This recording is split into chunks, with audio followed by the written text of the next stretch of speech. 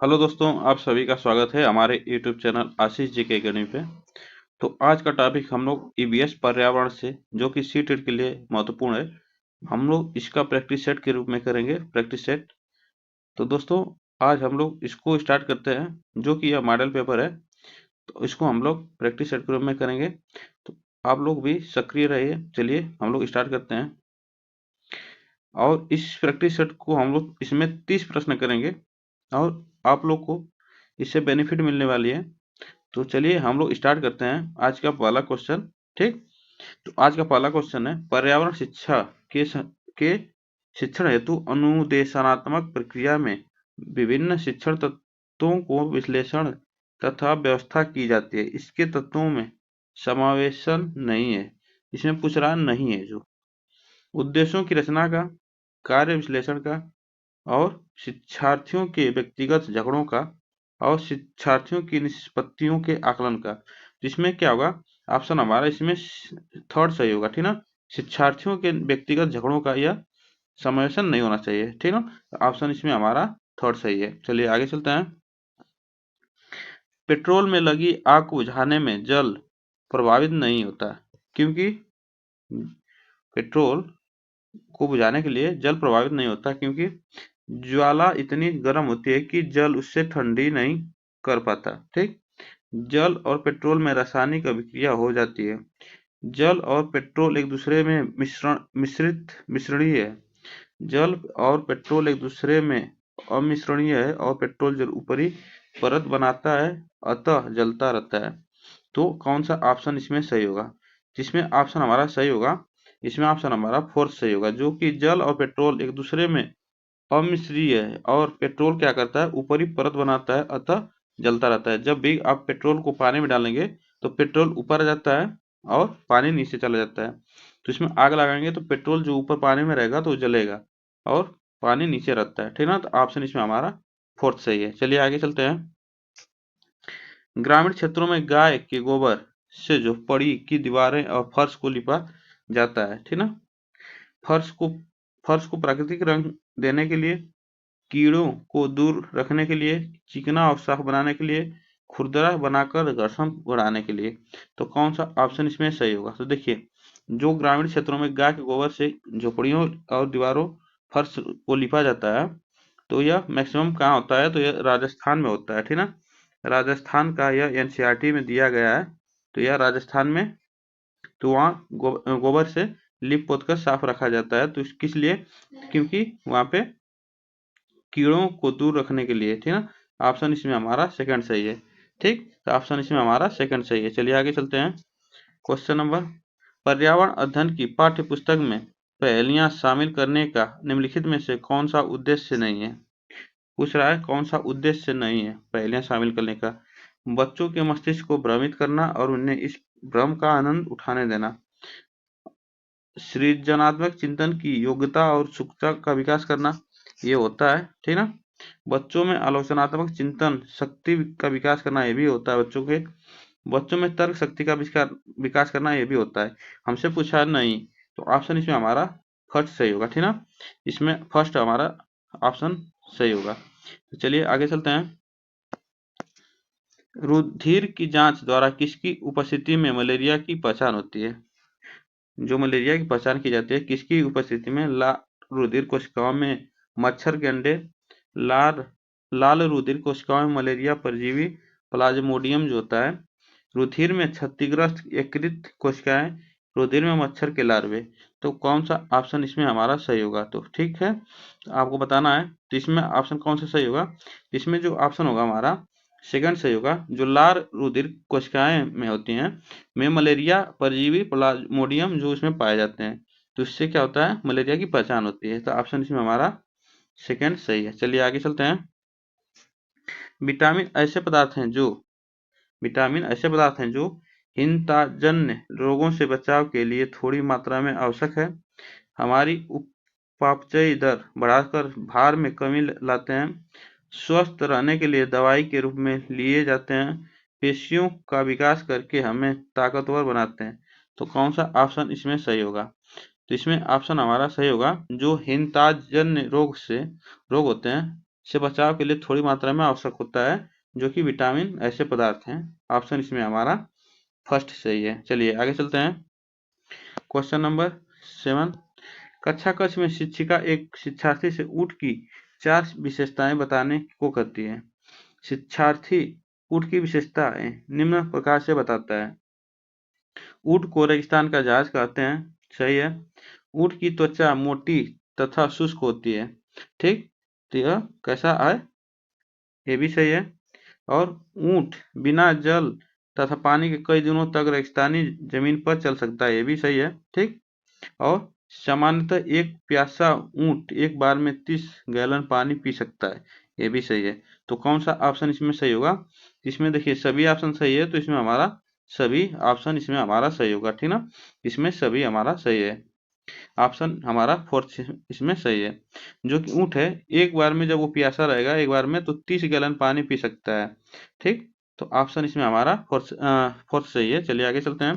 Question number 8, लोहे की कील पारे में लोहे की कील पारे में तैरती है जबकि यह पानी में डूब जाती है, ठीक। जो लोहे की कील होती है पारे में डाल देंगे तो वह तैरेगी और पानी में डालेंगे तो वो डूब जाएगी। तो इसका कारण है लोहे की पारे की रासायनिक क्रिया की प्रवृत्ति पानी की तुलना में कम होती है, ठीक। कौन सा ऑप्शन इसमें सही होगा? लोहे का भार पानी से अधिक है तथा पारे से कम होता है। लोहे का घनत्व पानी से अधिक है तथा पारे से कम होता है। पारे का घनत्व पानी के घनत्व से अधिक होता है। तो कौन सा ऑप्शन इसमें सही होगा? देखिए जो पारे का घनत्व होता है वो पानी के घनत्व से अधिक होता है, इसलिए कील जो होती है वह पारे में तैरती है और पानी में डूब जाती है। तो ऑप्शन इसमें हमारा फोर्थ सही होगा,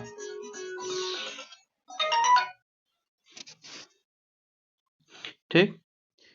क्वेश्चन नंबर 9, क्वेश्चन नंबर 9 जो है गोताखोरों द्वारा सांस लेने में प्रयुक्त होने वाली गैस कौन सी है? जो गोताखोर होते हैं वो द्वारा सांस लेने में प्रयुक्त होने वाली गैस कौन सी है, आपको बताना है। ऑक्सीजन तथा नाइट्रोजन, ऑक्सीजन तथा हीलियम, ऑक्सीजन तथा आर्गन, ऑक्सीजन तथा नियॉन। तो कौन सा गैस है तो आपको बताना है। तो यह होगा ऑप्शन हमारा ऑक्सीजन और हीलियम जो होती है वह गोताखोर होते हैं, वह ऑक्सीजन और हीलियम गैस का प्रयुक्त इस्तेमाल करते हैं, ठीक ना। तो ऑप्शन इसमें हमारा सेकंड सही है। चलिए आगे चलते हैं। निम्नलिखित कथनों पर विचार करते हुए सत्य कथन की पहचान कीजिए, ठीक ना। निम्नलिखित कथनों पर विचार करते हुए सत्य कथन की पहचान कीजिए। स्टेशन पर ट्रेन का इंतजार करते हुए बनाए गए आश्रम को प्रदर्शन आश्रम कहते हैं, ठीक ना। प्रतिदिन काम आने वाले उत्पादों को बेचने के लिए बनाए गए आश्रय को सार्वजनिक परिवहन आश्रय कहते हैं। रेन बसेरा का निर्माण सरकार द्वारा भी कराया जाता है। तो इसमें से कौन सा ऑप्शन इसमें हमारा सही होगा? तो इसमें हमारा ऑप्शन होगा सिर्फ सही होगा, जो रेन बसेरा का निर्माण सरकार द्वारा भी कराया जाता है। तो ऑप्शन इसमें हमारा फोर्थ सही होगा, ठीक ना। ऑप्शन इसमें हमारा फोर्थ सही होगा, ठीक। केवल एक हमारा केवल थर्ड ऑप्शन इसमें सही है। चलिए आगे चलते हैं। क्वेश्चन नंबर ये हमारा 11, अम्ल वर्षा का निर्माण मुख्यतः निम्नलिखित 2 गैसों द्वारा होता है, ठीक ना। जो अम्ल वर्षा होती है वह 2 गैसों द्वारा उसका निर्माण होता है, मेथेन एवं ओजोन, ऑक्सीजन एवं नाइट्रस ऑक्साइड, जल एवं सल्फर ऑक्साइड, कार्बन डाइऑक्साइड। पानी में क्लोरोफार्म की अधिक मात्रा दर्शाती है, ठीक। सॉरी, तो इसमें से ऑप्शन कौन सा सही होगा हमारा 11 में से? तो इसमें से ऑप्शन हमारा सही होगा जो ऑक्सीजन एवं नाइट्रस ऑक्साइड होती है, ठीक ना। जो ऑक्सीजन और नाइट्रस ऑक्साइड होती है इससे क्या होता है, अम्ल का वर्षा निर्माण मुख्यतः 2 गैसों से द्वारा होता है, जो नाइट्रस ऑक्साइड होता है और सॉरी इसमें क्या होता है, तो इसमें 2 गैसों से होता है। यहाँ पे गैस से पूछ रहा है, यहाँ गैस का मात्रा पूछ रहा है। गैस ऑक्सीजन और नाइट्रस ऑक्साइड से होता है अम्ल का वर्षा का निर्माण, ठीक ना। और जल और सल्फर डाइऑक्साइड से उस पर क्या होता है, इसमें अम्ल जो होते हैं इससे क्या होता है, जो ताजमहल पे जो उसकी बूंदें पड़ती हैं वर्षा होती है तो उससे उसका कलर जो पीला पड़ रहा है उसकी वजह से होता है। तो इसमें ऑप्शन हमारा सेकंड सही है। चलिए आगे चलते हैं। पानी में क्लोरोफार्म की अधिक मात्रा दर्शाती है। पानी में जो अधिक मात्रा दर्शाती है। मानव निर्मित कचरे द्वारा जनित प्रदूषण, फास्फोरस द्वारा जनित प्रदूषण, जैविक ऑक्सीजन की घटी हुई मांग और हाइड्रोकार्बन द्वारा जनित प्रदूषण। तो इसमें से ऑप्शन कौन सा सही होगा? तो देखिए, पानी में जो क्लोरोफॉर्म की अधिक मात्रा दर्शाती है, तो मानव निर्मित कचरे जो होते हैं उसके द्वारा अवजनित प्रदूषण जो होते हैं उसके द्वारा पानी में क्लोरोफॉर्म की अधिक मात्रा पाई जाती है, ठीक ना। तो ऑप्शन इसमें हमारा फर्स्ट सही है। चलिए आगे चलते हैं। सेब, संतरा, अनार और केले को खाने के पश्चात संतरे का स्वाद सभी से भिन्न था, क्योंकि संतरे का स्वाद क्या था? सभी से भिन्न था। किस लिए? इसमें विटामिन ए पाया जाता है, इसमें विटामिन बी पाया जाता है, इसमें कैल्शियम पाया जाता है, इसमें विटामिन सी पाया जाता है। तो इसमें क्या पाया जाता है संतरे में? तो ऑप्शन इसमें हमारा विटामिन सी पाया जाता है, क्योंकि यह खट्टा होता है, ठीक है। जो खट्टे पदार्थ होते हैं, जो खट्टे फल होते हैं, उसमें विटामिन सी की मात्रा अधिक पाई जाती है। तो ऑप्शन इसमें हमारा फोर्थ सही है। चलिए आगे चलते हैं। पृथ्वी के वायुमंडल में ओजोन की उपस्थिति गत वर्षों में पृथ्वी का औसत तापमान बढ़ने के कारण बनी है। लाभदायी है, क्योंकि जेट विमानों के यात्रियों को O2 की आवश्यकता होती है। प्रकाश संश्लेषण की दर को कम करती है। पृथ्वी पर UV किरणों के प्रभाव को कम करती है। तो इसमें से ऑप्शन कौन सा सही होगा? तो देखिए, पृथ्वी के वायुमंडल में ओजोन की उपस्थिति जो होती है, वह जो अल्ट्रावायलेट है, वह उसकी किरणों को प्रभाव को कम करती है, ठीक ना। तो इससे ऑप्शन हमारा कौन सा सही होगा? तो ऑप्शन इसमें फोर्थ होगा। तो वो अल्ट्रावायलेट किरणों को प्रभाव को कम करती है, ठीक। ऑप्शन इसमें हमारा फोर्थ सही है। जल निकायों का सीवेज गंदे नाले से अधिक मात्रा में पानी ग्रहण करना दर्शाता है, ठीक ना। जल निकायों का सीवेज जो है गंदे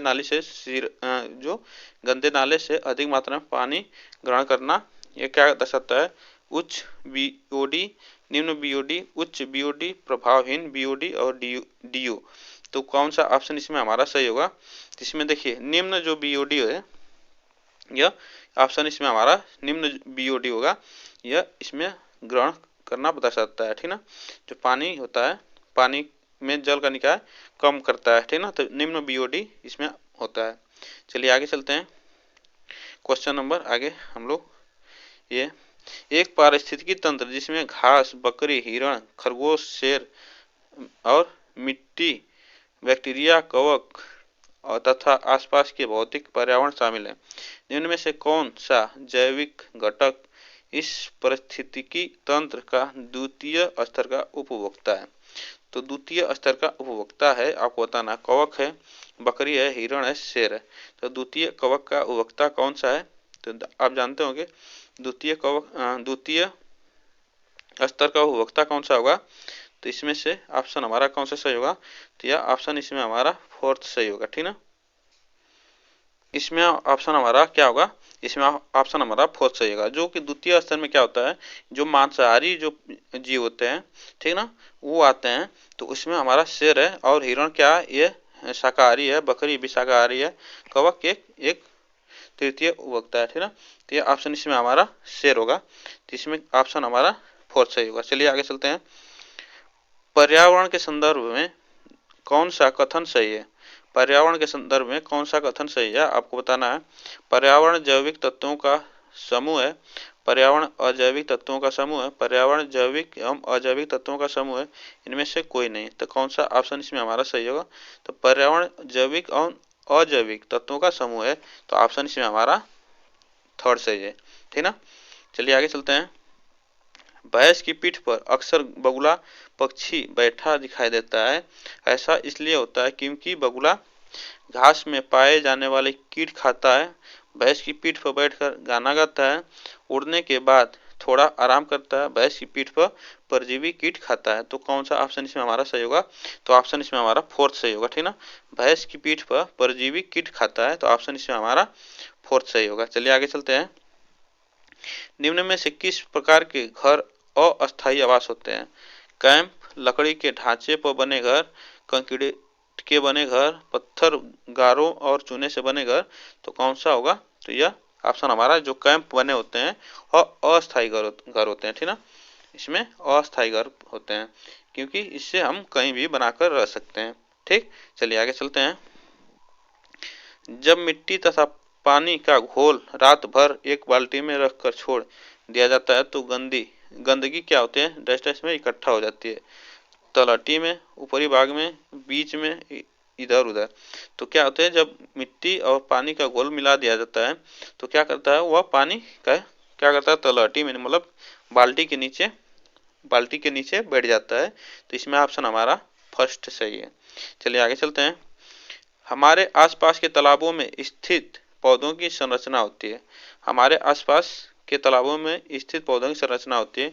उनकी जड़ें नहीं होती है, उनका तना लंबा खोखला एवं हल्का होता है, इनकी पत्तियां चौड़ी एवं छोटी होती हैं, इनमें तने छोटे व पतले होते हैं। तो इसमें से कौन सा ऑप्शन हमारा सही होगा, तो इसमें क्या होगा, इसमें ऑप्शन हमारा सेकंड सही होगा, उनका तना लंबा खोखला एवं हल्का होता है। ठीक ना, इसमें ऑप्शन हमारा सेकंड सही है। चलिए आगे चलते हैं। क्वेश्चन नंबर,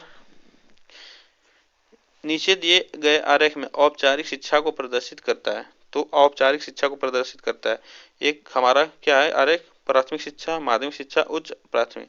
तो कौन सा इसमें ऑप्शन सही होगा, जो औपचारिक शिक्षा को प्रदर्शित करता है। ठीक ना, तो इसमें ऑप्शन हमारा सही होगा, जो कि देखिए औपचारिक शिक्षा हमारी ये है जिसमें सभी आ जाते हैं। ठीक ना, तो इसमें सभी वर्ग के बच्चे आ जाएंगे, शिक्षा ये हमारी औपचारिक शिक्षा है। तो ऑप्शन इसमें हमारा डी सही होगा। ठीक ना, चलिए आगे चलते हैं। पर्यावरण शिक्षा से आपका अभिप्राय, पर्यावरण शिक्षा से आपका अभिप्राय क्या है। विद्यार्थियों पर अतिरिक्त बोझ डालकर व्यस्त रखा जाए, विद्यार्थियों को पर्यावरण का ज्ञान हो जाए, विद्यार्थियों का मनोरंजन हो, पर्यावरण को दूषित होने से बचाया जाए।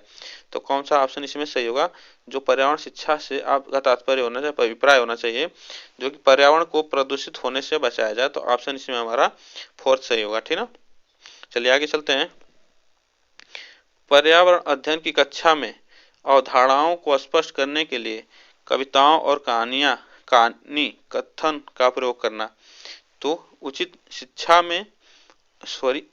दिशा में बच्चों की ऊर्जा को संकेंद्रित करता है, पाठ को आनंदमय और रोचक बनाने में मदद करता है, स्थानीय एवं विश्व स्तर पर संसार की प्रकृति को खोजने और कल्पना करने की योग्यता का विकास करने में मदद करता है, बच्चों में विद्यमान भाषिक एवं सांस्कृतिक विविधता को ध्यान में रखा जाता है। तो इसमें जो कहानी जो होती है, ठीक ना, इसकी अवधारणा क्या होती है कहानी को सुनाने का, कि इसमें बच्चा का क्या होता है, कल्पना शक्ति का विकास होता है और उसकी संसार की प्रकृति को खोजने का विकास होता है। तो ऑप्शन इसमें हमारा थर्ड सही होगा। ठीक ना, उसमें कल्पना शक्ति का विकास होता है। ठीक ना, अब विश्व स्तर पर संसार की प्रकृति को खोजने में मदद करता है। तो ऑप्शन इसमें हमारा थर्ड सही होगा।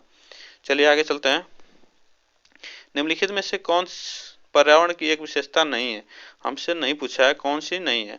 पर्यावरण में स्थानीय विविधता मिलती है। ठीक ना, पर्यावरण में पार्थिव एकता पाई जाती है, पर्यावरण प्राकृतिक संसाधनों का भंडार है, पर्यावरण गतिविधि नहीं है। तो कौन सा ऑप्शन सही है, देखिए पर्यावरण जो गतिविधि एक गतिविधि है। ठीक ना, क्या है, गतिविधि है, गतिविधि क्या है, गतिविधि है। ठीक ना, यहाँ पे नहीं लिखा है। तो ऑप्शन हमारा ये सभी सही है। ठीक, फर्स्ट सेकंड थर्ड, तो हमारा ये सब सही है। तो ऑप्शन इसमें हमारा कौन सा सही होगा, तो ऑप्शन इसमें हमारा फोर्थ सही होगा। ठीक ना, ऑप्शन इसमें हमारा फोर्थ सही है। चलिए आगे चलते हैं। शिक्षण में प्रयुक्त होने वाले प्रगतिशील संगठनकर्ता प्रतिमान का प्रतिपादन किसने किया था। तो संगठन प्रतिमान का प्रतिपादन किसने किया था, जे.एस. ब्रूनर ने, रिचर्ड सचमैन ने, जीन पियाजे ने, डेविड आशुबेल ने। तो किसने किया था आपको बताना है। तो देखिए, शिक्षण में प्रयुक्त होने वाले प्रगतिशील संगठन कर्ता प्रतिमान का प्रतिपादन डेविड आशुबेल ने किया था। ठीक ना, डेविड आशुबेल ने किया था। ऑप्शन इसमें हमारा फोर्थ सही है। चलिए आगे चलते हैं। शिक्षण की प्रोजेक्ट विधि विद्यार्थियों को व्यवहारिक ज्ञान प्रदान करती है, क्योंकि यह व्यक्तिगत विभिन्नताओं को स्वीकार करती है, यह विद्यार्थी में अंतर्निहित शक्तियों का विकास करती है, विद्यार्थी के ज्ञान का आधार उसका निजी अनुभव होता है, इसमें से कोई नहीं। तो इसमें से कौन सा ऑप्शन इसमें सही होगा? जो प्रोजेक्ट विधि विद्यार्थियों को व्यवहारिक प्रदान करती है, तो विद्यार्थियों के ज्ञान का आधार उसका निजी अनुभव होता है, तो ऑप्शन इसमें हमारा थर्ड सही होगा, ठीक ना। जो विद्यार्थी के ज्ञान का आधार होगा उसकी निजी अनुभव पर होगा, ठीक ना। ऑप्शन इसमें हमारा थर्ड सही होगा। चलिए आगे चलते हैं। पके हुए चावल रेफ्रिजरेटर में अपेक्षाकृत लंबे समय तक परिचित किए जा सकते हैं, मतलब रखे जा सकते हैं, ठीक ना। तो इसका क्या होगा? क्योंकि रेफ्रिजरेटर में कुछ ऐसे रसायन होते हैं जो रोगाणुओं को नष्ट कर देते हैं। कम ताप पर रोगाणु निष्क्रिय हो जाते हैं। रोगाणु कम तापमान पर नष्ट हो जाते हैं। कम तापमान पर भोजन का नमी तत्व खत्म हो घट जाता है। तो कौन सा ऑप्शन इसमें सही होगा? तो देखिए, जो कम ताप होता है उसमें क्या होता है, रोगाणु क्या होते हैं, निष्क्रिय हो जाते हैं, ठीक ना।